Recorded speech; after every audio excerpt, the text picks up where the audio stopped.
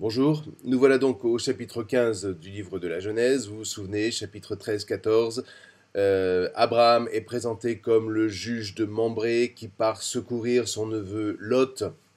Et lorsqu'il revient, il passe par une ville qui s'appelle Shalem et il est béni par Melchisédek. Vous vous souvenez que cette bénédiction est essentielle puisque précisément c'est celle qui va permettre, à travers la figure de Melchisédek, à toutes les nations d'entrer dans l'élection.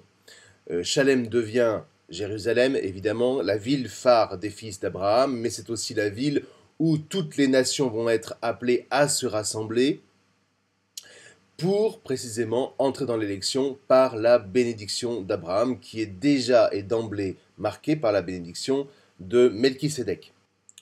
Vous vous souvenez que le Christ assume à Jérusalem cette bénédiction d'Abraham, non pour faire disparaître Abraham, mais au contraire pour exalter sa figure et permettre donc aux nations d'entrer dans l'élection à travers lui.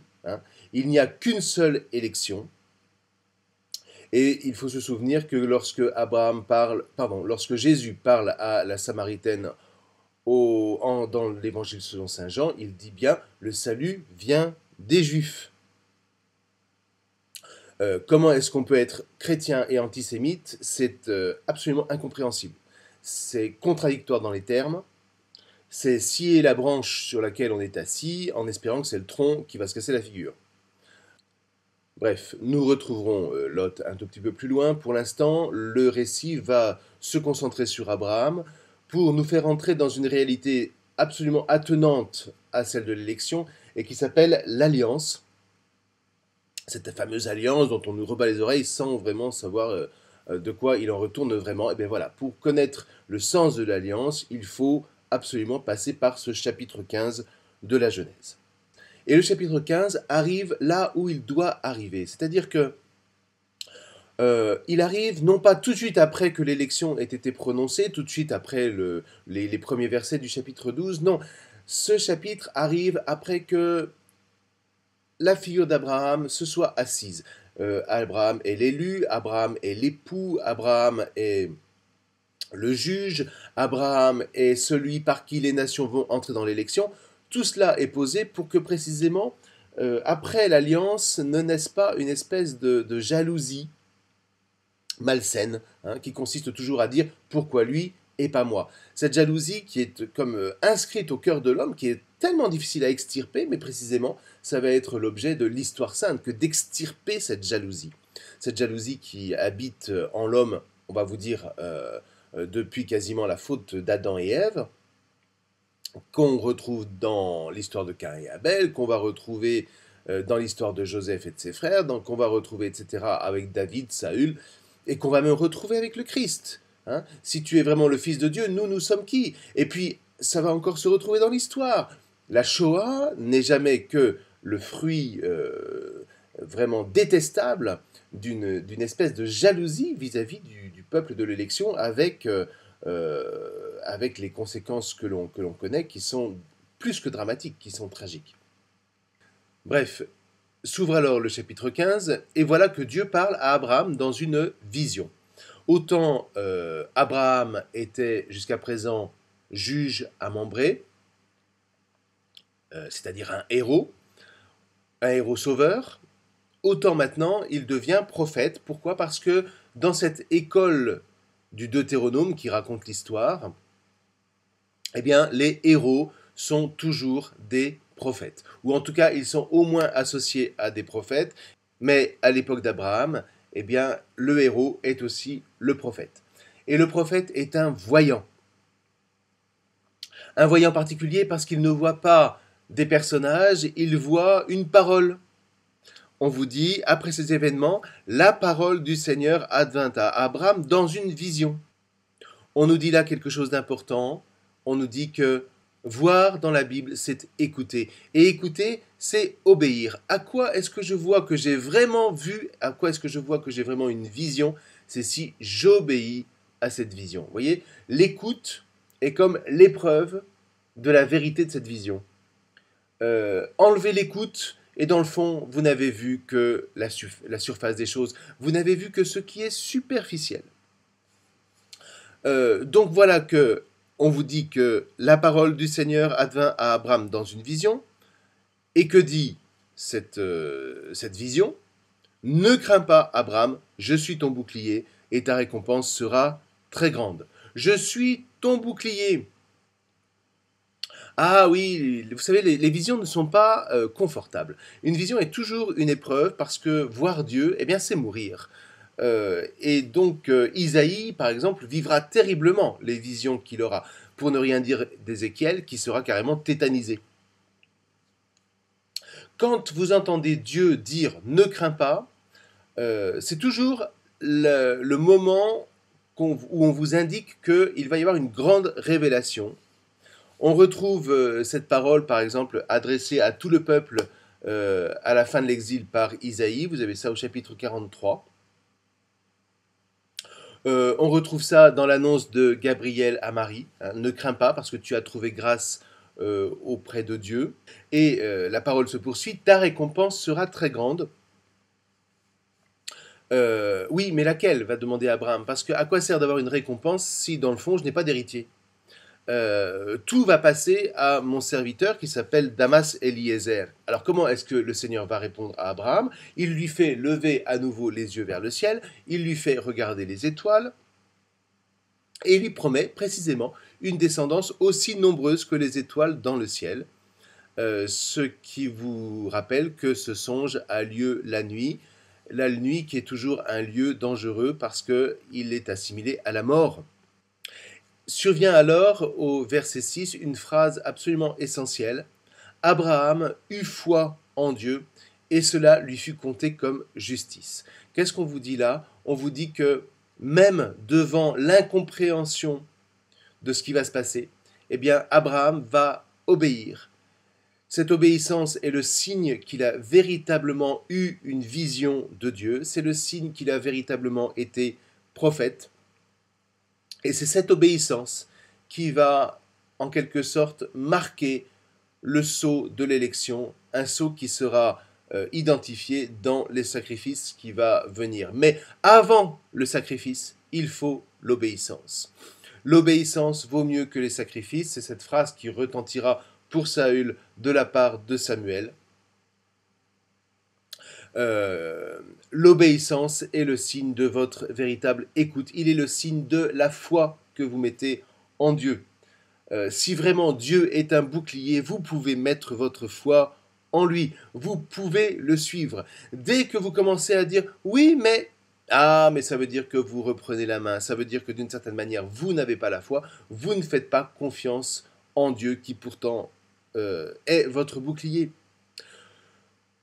Lorsque Dieu dit « je suis ton bouclier et ta récompense sera très grande », eh bien, c'est un appel à suivre Dieu et à le suivre librement et à le suivre sans crainte. On n'aime pas trop ça aujourd'hui, c'est vrai, mais tant pis, qu'est-ce que vous voulez?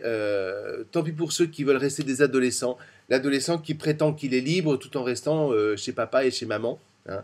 Mais s'ouvrir à la foi, c'est s'ouvrir au risque.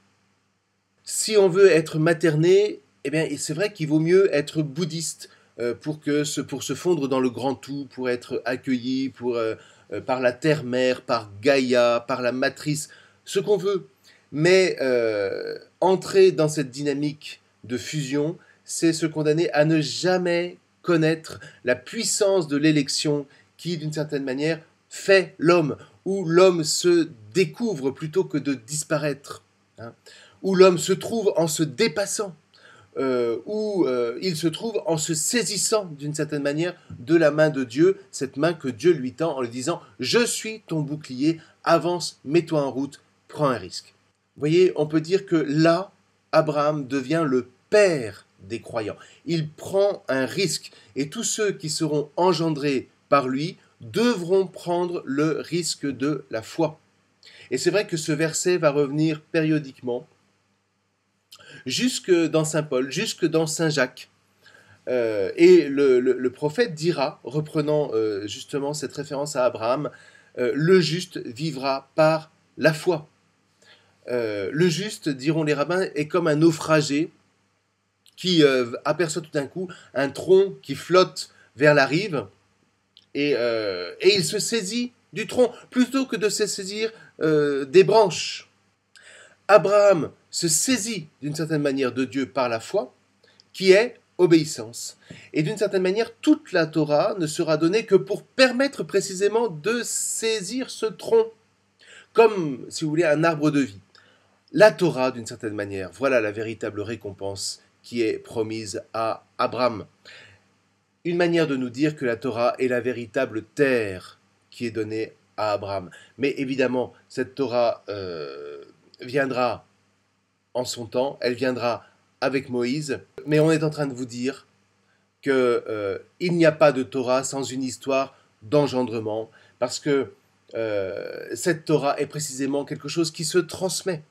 La Torah, la loi, est un trésor qu'on ne met pas dans un coffre-fort, mais elle est un livre dans lequel l'homme se découvre précisément en alliance avec Dieu. Elle est un livre où l'homme se découvre élu de Dieu. Une alliance exigeante, une alliance virile, une alliance qui fait aller de l'avant, non pas pour combattre dans l'extérieur, mais pour combattre le véritable combat de la vie, le combat intérieur. Le combat de l'amitié, c'est ce que dira Isaïe en parlant d'Abraham, en disant que Abraham était l'ami de Dieu. Vous voyez, on ne peut pas lire ces lignes-là en restant extérieur. C'est toujours un appel à entrer à l'intérieur. Et entrer à l'intérieur, que voulez-vous, c'est soit j'accepte, soit je refuse. Il n'y a pas d'entre-deux, c'est terrible, mais c'est ainsi. C'est la radicalité du choix, mais c'est la radicalité du choix qui nous fait avancer. Et encore une fois, c'est d'amitié qu'il s'agit. C'est quelque chose que vous allez trouver dans le livre d'Isaïe, qui mérite d'être lu, hein, qui reprend cet épisode pour dire à Israël qu'il est le fruit, qu'il est la descendance d'une amitié spirituelle, qui s'enracine tout entière sur ce moment où Abraham obéit à Dieu. C'est au chapitre 41 d'Isaïe, au verset 8 jusqu'au verset 10. « Mais toi, Israël, mon serviteur, Jacob, que j'ai choisi, descendance d'Abraham, mon ami, toi que j'ai pris des extrémités de la terre et que j'ai appelé de ces zones lointaines, je t'ai dit, tu es mon serviteur, je t'ai choisi et non pas repoussé. Ne crains pas, car je suis avec toi. N'aie pas de regard inquiet, car je suis ton Dieu.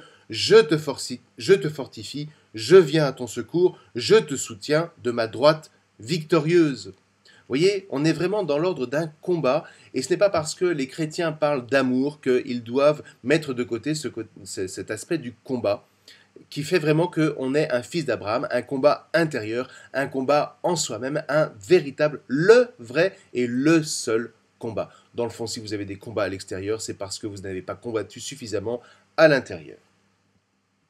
Alors suit le chapitre 15, dans le chapitre 15, ce qu'on appelle une titulature, c'est-à-dire que le Seigneur se présente. Je suis le Seigneur qui t'ai fait sortir d'Our des Chaldéens pour te donner cette terre en possession. Vous voyez, encore une fois, Dieu se présente comme celui qui fait sortir.